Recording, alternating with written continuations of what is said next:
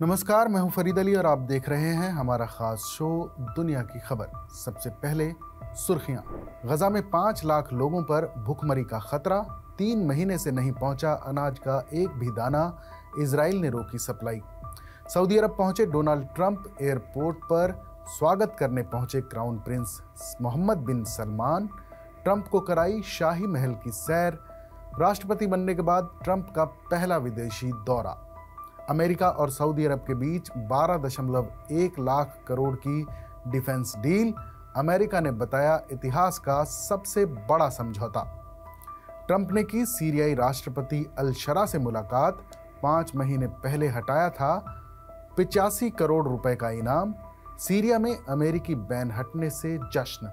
पाकिस्तान की कश्मीर पर अमेरिका से दखल देने की मांग, राजदूत बोले तभी दोनों देशों में होगी शांति। तुर्की के राष्ट्रपति रजब तैयब अर्दोआन ने एक बार फिर कहा, हर हाल में पाकिस्तान का देंगे साथ। बलूचिस्तान नहीं है पाकिस्तान, बलूच नेता ने किया आज़ादी का ऐलान, भारत और दुनिया भर से मांगा समर्थन। जेल में बंद इमरान खान ने कहा, देश को सतर्क रहना चाहिए क्योंकि मोदी बदला जरूर लेंगे। IMF यानी अंतर्राष्ट्रीय मुद्रा कोष ने पाकिस्तान को दी $1 अरब की दूसरी किश्त। बजट पर वर्चुअल चर्चा शुरू। और अब आज की खास खबर। पहलगाम में आतंकी हमले के बाद भारत और पाकिस्तान में टकराव के बीच दोनों देशों की परमाणु नीति पर भी दुनिया भर की निगाहें रहीं। हालांकि दोनों देशों के बीच अब युद्ध विराम हो गया है, इसके बावजूद तनाव अभी भी बरकरार है। जब भी भारत पाकिस्तान के बीच सैन्य टकराव या इसकी आशंका होती है तो सबसे पहले दोनों देशों के परमाणु हथियारों का जिक्र होता है। आमतौर पर यह जिक्र भी पाकिस्तान से ही शुरू होता है, क्योंकि पाकिस्तान हर बार ये जताने की कोशिश करता है कि हम परमाणु ताकत हैं। हालांकि भारत पाकिस्तान दोनों देशों के पास परमाणु हथियार हैं, लेकिन इन हथियारों को लेकर दोनों देशों की नीति अलग है। पाकिस्तान अपनी सुरक्षा को खतरा होने पर परमाणु हथियार इस्तेमाल करने की नीति पर चलता है। इसे फर्स्ट यूज पॉलिसी कहा जाता है, जबकि भारत हमेशा जवाबी कार्रवाई के रूप में परमाणु हथियारों के इस्तेमाल की बात करता है, और यही भारत की नीति है। पाकिस्तान के पहले परमाणु इस्तेमाल करने की नीति को भारत न्यूक्लियर ब्लैकमेल कहता है। सोमवार शाम को प्रधानमंत्री नरेंद्र मोदी ने जब पाकिस्तान पर भारत के मिसाइल हमलों और पाकिस्तान के साथ हुए सैन्य टकराव और फिर सीज फायर को लेकर देश को संबोधित किया तो उन्होंने कहा कि भारत न्यूक्लियर ब्लैकमेल नहीं सहेगा। पीएम मोदी ने कहा कि भारत पर आतंकी हमला हुआ तो मुंह तोड़ जवाब दिया जाएगा। हम अपने तरीके से अपनी शर्तों पर जवाब देकर रहेंगे। हर उस जगह जाकर कठोर कार्रवाई करेंगे जहां से आतंकी जड़ें निकलती हैं। दूसरा कोई भी न्यूक्लियर ब्लैकमेल भारत नहीं सहेगा। न्यूक्लियर ब्लैकमेल की आड़ में पनप रहे आतंकी ठिकानों पर भारत सटीक और निर्णायक प्रहार करेगा। हम आतंक की सरपरस्त सरकार और आतंक के आकाओं को अलग अलग नहीं देखेंगे। पहलगाम की घटना कोई पहली घटना नहीं है जब भारत ने अपनी जमीन पर हुए किसी हमले के बाद पाकिस्तान के खिलाफ सैन्य कदम उठाया है। साल 2016 में हुए उरी हमले के बाद भारत ने बॉर्डर पार करके सर्जिकल स्ट्राइक की थी और पाकिस्तान की धरती पर मौजूद आतंकी ठिकानों को तबाह कर दिया था। फिर साल 2019 में पुलवामा में CRPF के काफिले पर हमले के बाद भारत ने पाकिस्तान के बालाकोट में आतंकी कैंपों पर एयर स्ट्राइक की थी। अब पहलगाम आतंकी हमले में 26 लोगों की मौत के बाद भारत ने पाकिस्तान के पंजाब प्रांत और POK में 9 ठिकानों पर हवाई हमला किया। ऐसे में ये सवाल उठ रहे हैं कि क्या बार बार पाकिस्तान जो परमाणु हथियारों के इस्तेमाल की धमकी देता है उसमें कुछ दम बचा भी है या नहीं। हालिया संघर्ष के दौरान जब भारत और पाकिस्तान की सेनाएं एक दूसरे पर मिसाइलें दाग रही थीं, इसी दौरान एक खास जानकारी सामने आई थी। पाकिस्तानी हवाई हमलों को इंडियन आर्मी ने नाकाम कर दिया था। फिर ऐसी चर्चा होने लगी कि पाकिस्तान ने जंग में परमाणु हथियारों के इस्तेमाल के बारे में सोचना शुरू कर दिया है। पाकिस्तान की नेशनल कमांड अथॉरिटी यानी एनसीए में, जो देश के न्यूक्लियर प्रोग्राम, कंट्रोल और पॉलिसी को तय करने का काम करती है, वहां काफी हलचल देखी गई। फिर खबर आई कि पाकिस्तान के पीएम शहबाज शरीफ ने नेशनल कमांड अथॉरिटी की बैठक बुलाई थी। हालांकि अब पाकिस्तान के रक्षा मंत्री ख्वाजा आसिफ ने इस बारे में सफाई देते हुए कहा है कि पाकिस्तान में नेशनल कमांड अथॉरिटी की कोई बैठक नहीं हुई है और ना ही कोई बैठक बुलाई गई थी।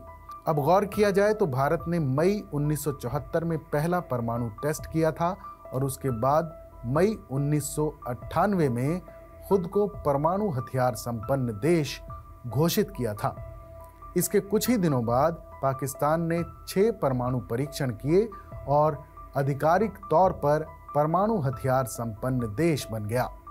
तब से दोनों देश परमाणु हथियारों की होड़ में काफी आगे बढ़ गए हैं और इस पर अरबों डॉलर खर्च हो रहे हैं। तो चलिए अब बताते हैं कि परमाणु हथियारों के इस्तेमाल को लेकर भारत और पाकिस्तान की नीति क्या है। पहले बात भारत की परमाणु नीति की। भारत में सिर्फ प्रधानमंत्री ही परमाणु कमांड प्राधिकरण की राजनीतिक परिषद के चीफ के तौर पर परमाणु हमले को लेकर निर्देश दे सकते हैं। भारत की न्यूक्लियर पॉलिसी 4 बुनियादी सिद्धांतों पर आधारित है और इन सिद्धांतों में पहला सिद्धांत है नो फर्स्ट यूज यानी NFU, यानी भारत आधिकारिक तौर पर नो फर्स्ट यूज नीति का पालन करता है, जिसमें यह वचन दिया गया है कि वो कभी भी परमाणु हमला नहीं करेगा और सिर्फ जवाबी कार्रवाई करेगा। भारत उस वक्त परमाणु हथियारों से हमला करेगा जब उस पर अटैक किया जाएगा। इसके साथ ही भारत गैर परमाणु राज्यों के खिलाफ परमाणु हथियारों का इस्तेमाल नहीं करने के लिए भी प्रतिबद्ध है। वहीं पाकिस्तान के परमाणु सिद्धांत साफ नहीं है और ऐसा जानबूझकर रखा गया है।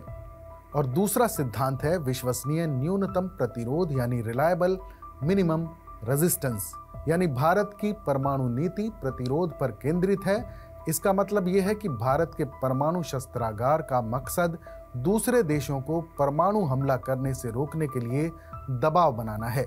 और तीसरा सिद्धांत है व्यापक जवाबी कार्रवाई, यानी किसी हमलावर के पहले हमले का भारत करारा जवाब देगा। इस हमले के जरिए इंडिया दुश्मन को इस तरह के जवाब देगा कि दुश्मन की सैन्य क्षमताएं नष्ट हो जाएं।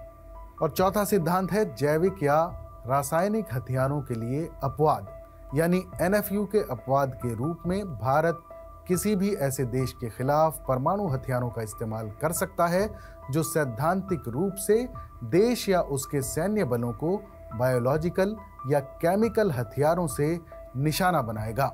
अब आपको भारत के परमाणु कमांड प्राधिकरण यानी न्यूक्लियर कमांड अथॉरिटी के बारे में भी बता दें। भारत में परमाणु कमांड प्राधिकरण में एक पॉलिटिकल काउंसिल और एक कार्यकारी परिषद यानी एग्जीक्यूटिव काउंसिल शामिल है। पॉलिटिकल काउंसिल की अध्यक्षता प्रधानमंत्री करते हैं। ये ऐसी इकलौती संस्था है जो परमाणु हथियारों के इस्तेमाल को अधिकृत कर सकती है। एग्जीक्यूटिव काउंसिल परमाणु कमांड प्राधिकरण को फैसला लेने के लिए इनपुट देता है, जिसकी अध्यक्षता राष्ट्रीय सुरक्षा सलाहकार यानी NSA करते हैं। एग्जीक्यूटिव काउंसिल ही पॉलिटिकल काउंसिल के निर्देशों को एग्जीक्यूट करता है। भारत के पास कितने परमाणु हथियार हैं, अब आपको ये भी बता देते हैं। तो एक अनुमान के मुताबिक भारत के पास 180 से ज्यादा परमाणु हथियार हैं। इसमें लंबी दूरी की मिसाइलें और मोबाइल भूमि आधारित यानी लैंड बेस्ड मिसाइलें हैं जो परमाणु हथियार ले जाने में सक्षम हैं। इसके अलावा भारत रूस के साथ जहाज और पनडुब्बी मिसाइलों के निर्माण पर भी काम कर रहा है। फेडरेशन ऑफ अमेरिकन साइंटिस्ट्स यानी FAS के मुताबिक 2025 तक भारत के पास 180 से ज्यादा परमाणु हथियार हैं। भारत के पास लैंड बेस्ड बैलिस्टिक मिसाइलों की श्रृंखला है। हवा से वितरित हथियारों और समुद्र आधारित प्लेटफॉर्मों से युक्त एक परमाणु त्रिभुज भी विकसित किया गया है। इसमें बैलिस्टिक मिसाइलों से लैस परमाणु संचालित पनडुब्बियां भी शामिल हैं। अब बात करते हैं पाकिस्तान की परमाणु नीति की। तो पाकिस्तान परमाणु हथियारों को लेकर पहले इस्तेमाल ना करने की नीति का पालन नहीं करता है। पाकिस्तान की nuclear policy full spectrum deterrence पर आधारित है। इसका मकसद भारत के साथ किसी भी संभावित संघर्ष में सभी तरह के खतरों का मुकाबला करना है। ऐसी रिपोर्टें थीं कि पाकिस्तान ने कारगिल युद्ध के दौरान भारत के खिलाफ परमाणु हथियार तैनात कर दिए थे। पाकिस्तान में परमाणु हथियारों का कंट्रोल राष्ट्रपति और प्रधानमंत्री समेत टॉप लीडरशिप के पास है। इसकी निगरानी परमाणु कमान और कंट्रोल सिस्टम यानी एनसीए करता है। राष्ट्रपति और प्रधानमंत्री संयुक्त रूप से परमाणु हथियारों के इस्तेमाल पर आखिरी फैसला लेते हैं। पाकिस्तान में हथियारों की सुरक्षा और उन्हें लॉन्च करने के लिए सेना जिम्मेदार है। पाकिस्तान के पास कितने परमाणु हथियार हैं? FAS के मुताबिक 2025 तक पाकिस्तान के पास 170 से ज्यादा परमाणु हथियार होने का अनुमान है। और अब आज की दूसरी खास खबर। पाकिस्तान की मुश्किलें खत्म होने का नाम नहीं ले रही हैं। अब बलूचिस्तान में पाकिस्तानी सेना के खिलाफ एक बार फिर बलूच लिबरेशन आर्मी यानी BLA ने बड़ा हमला किया है। पाकिस्तान की सेना के खिलाफ BLA ने ऑपरेशन हेरोफ शुरू किया है। BLA ने इसके तहत पिछले कुछ हफ्तों के दौरान बलूचिस्तान प्रांत में 51 से ज्यादा जगहों पर 71 कोऑर्डिनेटेड हमलों की जिम्मेदारी ली है। इन हमलों में IED विस्फोट, टारगेट किलिंग, सुरक्षा चौकियों पर कब्जा और खुफिया केंद्रों पर हमले शामिल हैं। BLA ने इस पूरे ऑपरेशन को दक्षिण एशिया में नए सिस्टम की शुरुआत बताया है और खुद को इस इलाके का एक निर्णायक पक्ष घोषित कर दिया है। एक बयान के मुताबिक BLA ने इस ऑपरेशन के तहत केच, पंजगुर, मस्तुंग, क्वेटा, जमुरान, तोलांगी, कुलुकी और नुश्की इलाकों में हमले किए हैं। BLA ने यहाँ न सिर्फ पाकिस्तानी सेना और खुफिया साइटों को निशाना बनाया बल्कि स्थानीय पुलिस स्टेशनों, खनिज ढोने वाले वाहनों और प्रमुख हाईवे के साथ बुनियादी ढांचे को भी निशाना बनाया है। इसमें कहा गया है कि समूह के पाकिस्तानी सैनिकों को टारगेट बनाकर उनकी हत्याओं और सुरक्षा चौकियों पर कब्जा करने के लिए घात लगाकर हमला करने से लेकर IED विस्फोट और स्नाइपर फायर तक का इस्तेमाल किया गया है। BLA ने इलाके में बदलाव की चेतावनी देते हुए ऐलान किया कि दक्षिण एशिया में नया ऑर्डर यानी शक्ति क्रम तैयार होने से रोका नहीं जा सकता। BLA ने आगाह किया है कि पाकिस्तान की आतंकी गतिविधियों के प्रति जारी अंतर्राष्ट्रीय स्तर पर कोई भी सहिष्णुता इस इलाके में बड़े पैमाने पर अस्थिरता की वजह बन सकती है। इसने भारत और अंतर्राष्ट्रीय समुदाय से पाकिस्तान के खिलाफ निर्णायक कार्रवाई करने की अपील की और चेतावनी दी कि ऐसा करने में नाकाम रहने पर और ज्यादा खून बहेगा। BLA ने कहा कि अगर पाकिस्तान को बर्दाश्त किया जाता है तो उसका अस्तित्व ही पूरी दुनिया की बर्बादी की वजह बन सकता है। पाकिस्तान लश्कर-ए-तैयबा, जैश-ए-मोहम्मद जैसे स्टेट स्पॉन्सर्ड आतंकी समूहों के उदय का केंद्र रहा है। समूह ने बलूचिस्तान की आज़ादी के लिए अपने हथियारबंद संघर्ष को जारी रखने में अपनी आज़ादी का दावा करते हुए किसी भी देश की पावर का प्रॉक्सी होने के दावों को खारिज कर दिया है। पार्टी के प्रवक्ता जियान बलूच ने कहा कि BLA न तो मोहरा है और न ही मूक दर्शक है। हम एक गतिशील और निर्णायक पार्टी हैं। BLA क्या है, अब ये भी आपको बता देते हैं। बलूच लिबरेशन आर्मी बलूचिस्तान के लोगों की आज़ादी के आंदोलन का नेतृत्व करने वाला एक हथियारबंद समूह है। चूंकि बलूचिस्तान को 1948 में जबरन पाकिस्तान में मिला लिया गया था, बलूच लोग इस्लामाबाद शासन पर उन्हें हाशिए पर रखने का आरोप लगाते रहे हैं।